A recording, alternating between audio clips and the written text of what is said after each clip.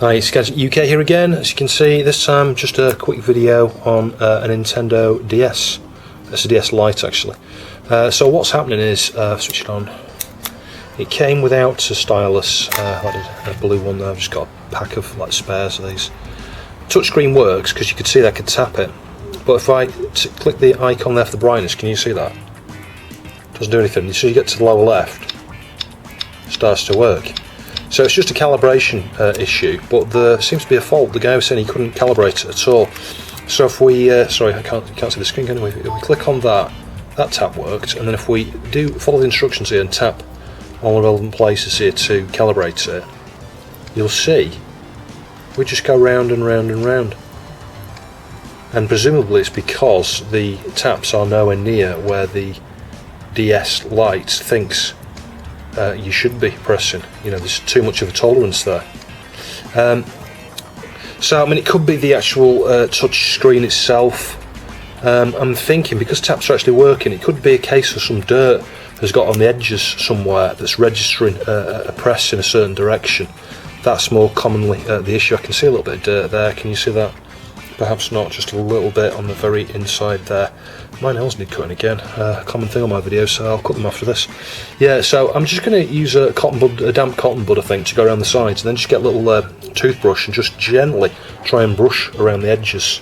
I'm going to use some soft tissue here with a bit of water, you know, soap and water, just to get some moisture there. Can you see down here? Yeah, I mean, right, the soap is probably part of what you see in there, but if we just have a go at doing this here all the way around the edges, because the smallest bit of dust, smallest particle of dust in there will cause it to register incorrectly. Now, strictly speaking, the best way to do this is obviously just take it apart, because you can get access to the inside here of the screen super easy then. Yeah, let's give that a try, see if that's made any difference. Probably not, but you never know, we could have looked out. Nope, round and round and round we go, so it's going to be tear down. The other thing that sometimes helps with faults like this is just to remove the battery and put the battery back in again. So I'm going to have a go at that actually before I commit to completely stripping it down. Well, I'll say completely, it's not that hard on these. So if I can just work out to get the battery out, there we go. Got your little indicator thing there to determine whether you've spilt water in it, so that Nintendo knows whether it's suffered water damage.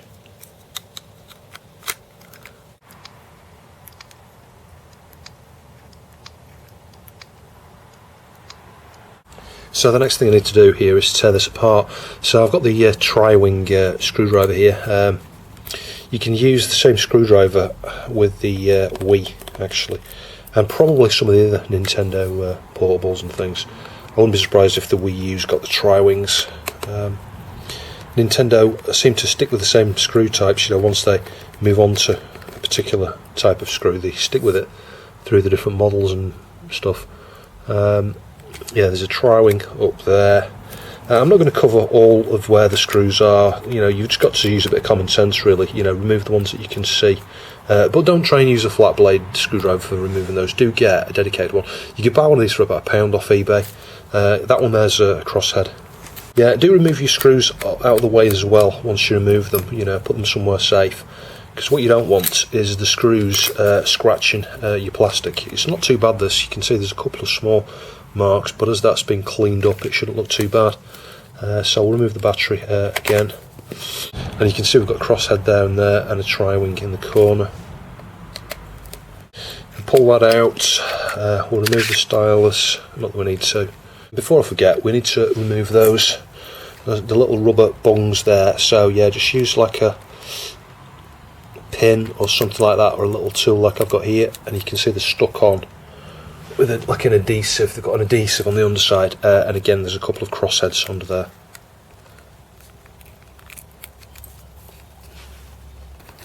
So I mean, it'd be super nice if we could get away without having to replace the touch element of the screen there.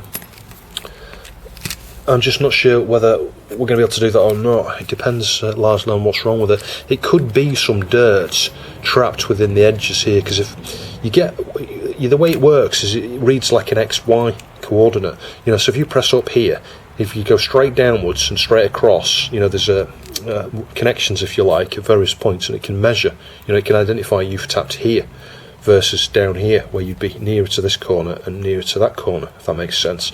So if you've got a bit of dirt on the inside of the screen here somewhere, it can think you're tapping there all the time. It doesn't matter where else you tap, you've got some interference from the tap being registered there, if that makes sense. In, you know, either the X or the Y axis, you can have a problem in one or the other directions. And I'm hoping that's all it is. It doesn't look like anyone's been in this before, if I'm honest, so it would seem to suggest that if it has failed,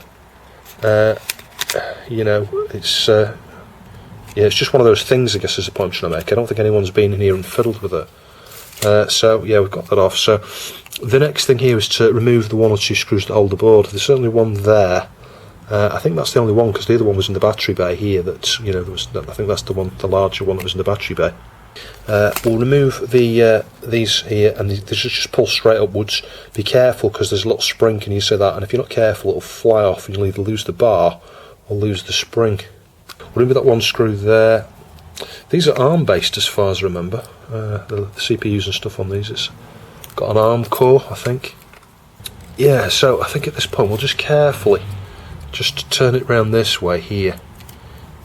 Push the buttons out like an idiot. There we go, put those down there. I can clean them up anyway, just to inspect, just to see what we've got going on here. So you can see a few things here. There's a ribbon there for the top screen and a ribbon here for the bottom screen. We'll see if we can just disconnect the screen at the back here. So I've got to be careful the way I do this. That's like a little flap that needs to lift up, I think.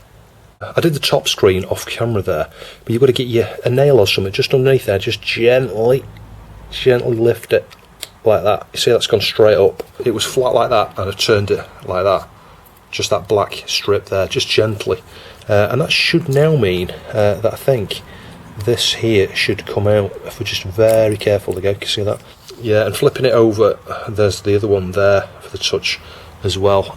So we'll just inspect that super close, and I'll detach that as well.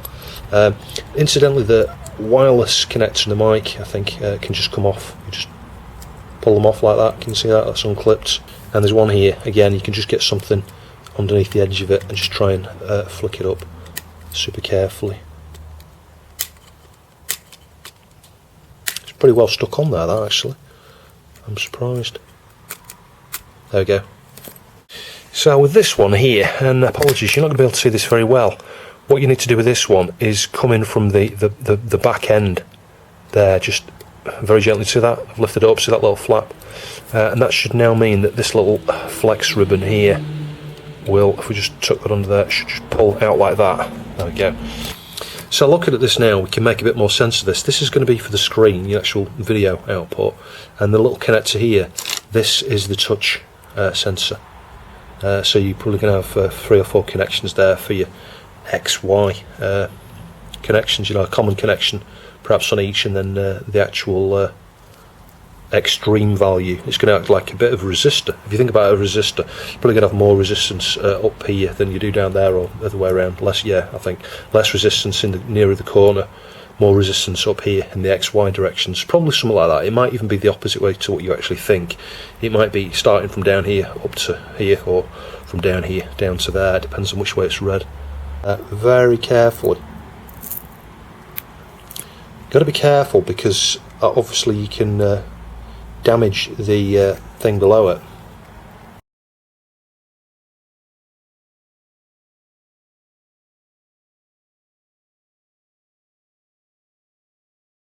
So that didn't make any difference. So yeah, we do need to replace the touch part of the screen there. You know, there's 2 components. I'll show you. You've got a replacement touch part there.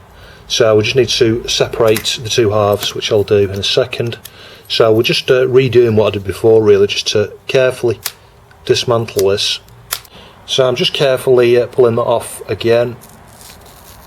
Yeah, the careful you are with this, the better, really, because then when you come to put it onto the other touch screen there, it's going to look the part. So I now need to separate the touch screen from the display here in the same way, like that. You can see that's just coming up. And be super careful. You don't want to scratch the screen underneath.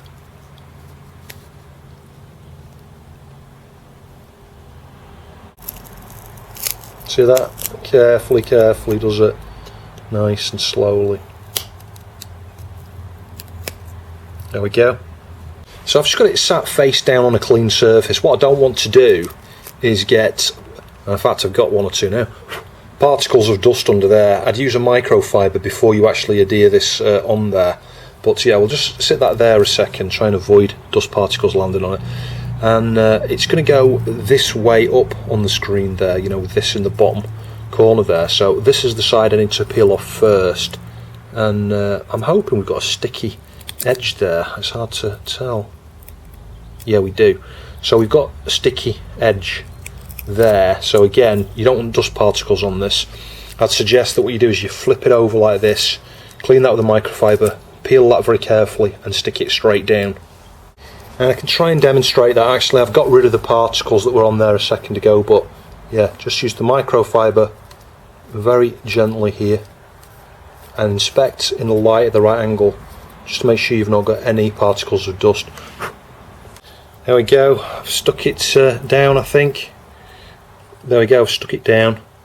It's not quite perfectly formed to the thing itself, you know, it looks a bit wider up here, but nevertheless it's totally in the right place there. I'm not sure whether to peel off this other protective layer. Let's just peel it back a bit, just have a look at it. Yeah, it looks okay. You see that? So let's just carefully reassemble it and test it. So I've slid the connector in there and put the flap down. The next thing I need to do, actually, before I do anything else, is put all the buttons back into the top bit, because they always fall out when you're taking these things to pieces, and I can never remember which way the buttons go around, so I'm having to refer to a photo, actually. And in fact, before I forget, what we need to do really is clean this with a microfiber super carefully, and be very cautious about getting near to the edges, because any hairs will stick and overlay on the inside there. But we'll just give that a gentle wipe. Make sure there's no particles on it. That's looking pretty clean, I think. And I guess we need to peel that off at this point here and put this on. Oh, good God. Yeah, and just hope that that's straight, and hope I've not got any bits of dirt in there. Yeah, I think that's alright. So a correction there, the 4 direction buttons, you can only get them in one way, because each button has got different little plastic notches on it, so you can't go wrong with that. It just takes a bit of time, you know, a minute or two, to work out which one goes in which hole. And trust me, from the other side, they're all the correct way up and they're all the right way round. I reconnected that connector there because it wasn't in very well, but yeah, I think that's okay now. So I can connect the top screen back up here. That's quite fiddly to do, and then carefully sort of lift the screen up and try to reassemble it. Oh, take 2. What I would say is do this connector first before you connect up the other screen ribbons. Now I've done that, I can really carefully sort of flip the screen underneath it and connect up the other screen ribbons. That is the hardest one by a long shot. What you've got to do is you lift the flap up, and it looks like there's nowhere for the connector to go into, but you've got to put it under the 4 copper contacts you can see there, or probably gold plated. Yeah, it looks like you're sticking it under them. And it's because there's 2 lots of pins. Yeah, it's quite deceptive. It looks like there's no way it could physically fit, but yeah, after a few attempts there, using some magnification and very, very gently pushing on the hood, you know, because there's like a bit that overhangs here, just using that to try and get a bit of leverage on it, eventually it pushes in and you can then pull the flap down. So yeah, it's registering clicks now. It wasn't before. There we go, it's working fine. Yeah, get the spring in that way into the piece of plastic and slide the metal rod through the middle of the spring. It's pretty fiddly stuff to do this. Yeah, like that. Can you see that? Yeah, like that. Where's the spring gone now?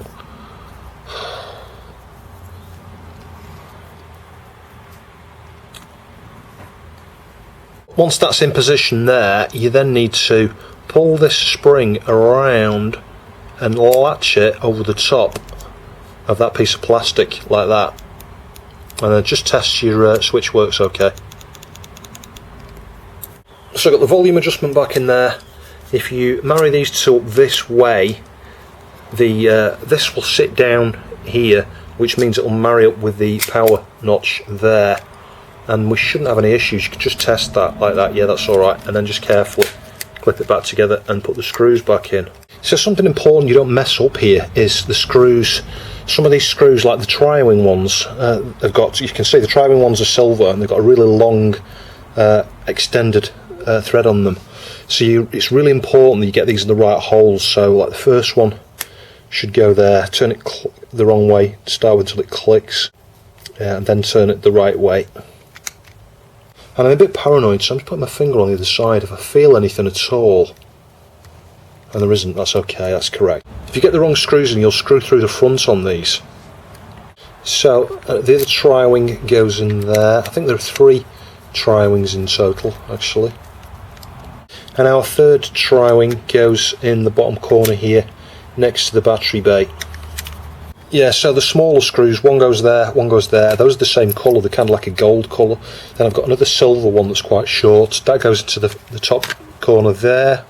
Again, if you put too long a screw, you'll go straight through to the other side of the plastic case. And finally, the black screw is the one that goes at the top near the cartridge thing there.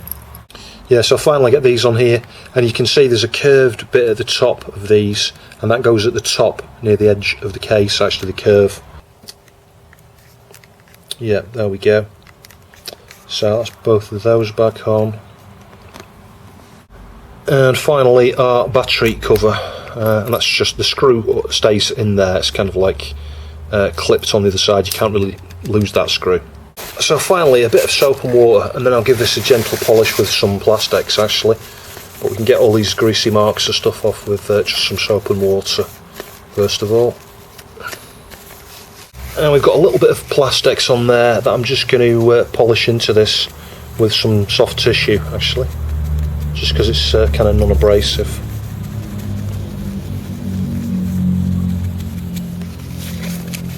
That should just help with any micro scratches and things on that. So with the screens, I'm just using a tiny bit of soap and water there with a microfiber. That's probably the safest thing, and then use the dry side of the microfiber.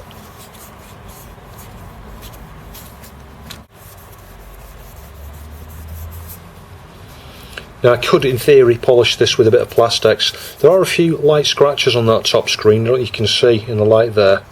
They're very fine though, so yeah, touch wood, they shouldn't catch the eye too much.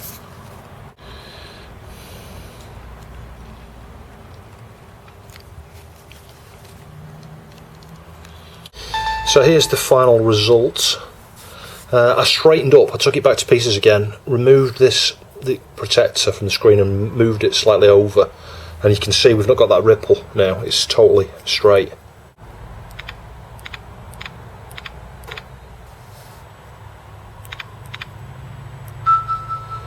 Yeah, so you can't see that for the reflections.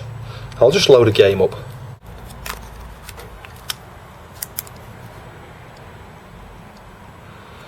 After all that, now it's not detecting the game. I'm going to inspect the slot there. Let's just switch it off. I'm going to inspect the slot. I'm sure I checked that already and it looked okay. Maybe we've got a bent pin in the slot. Yeah, the slot looks fine, so as I say, just get a little bit of IPA onto there and just stick it in and out.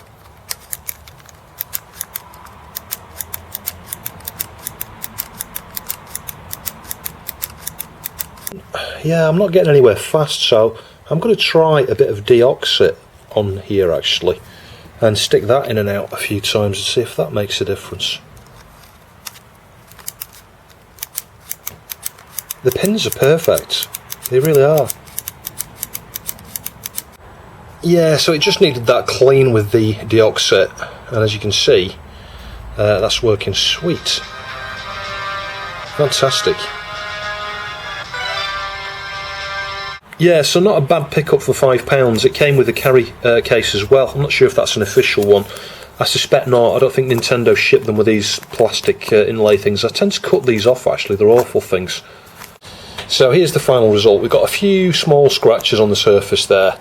And I don't know if you can see, if you get it in the right light, we've got a couple of really fine ones on the screen, but it's so trivial. It's gone back together really, really well, this. The display's crystal clear.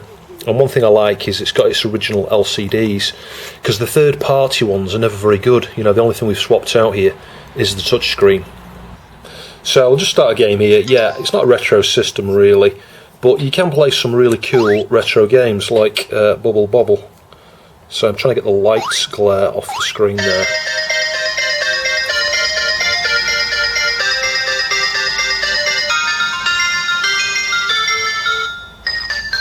Sweet. Sweet. Anyway, hopefully you found that interesting. Thanks for watching, and I'll see you in the next video.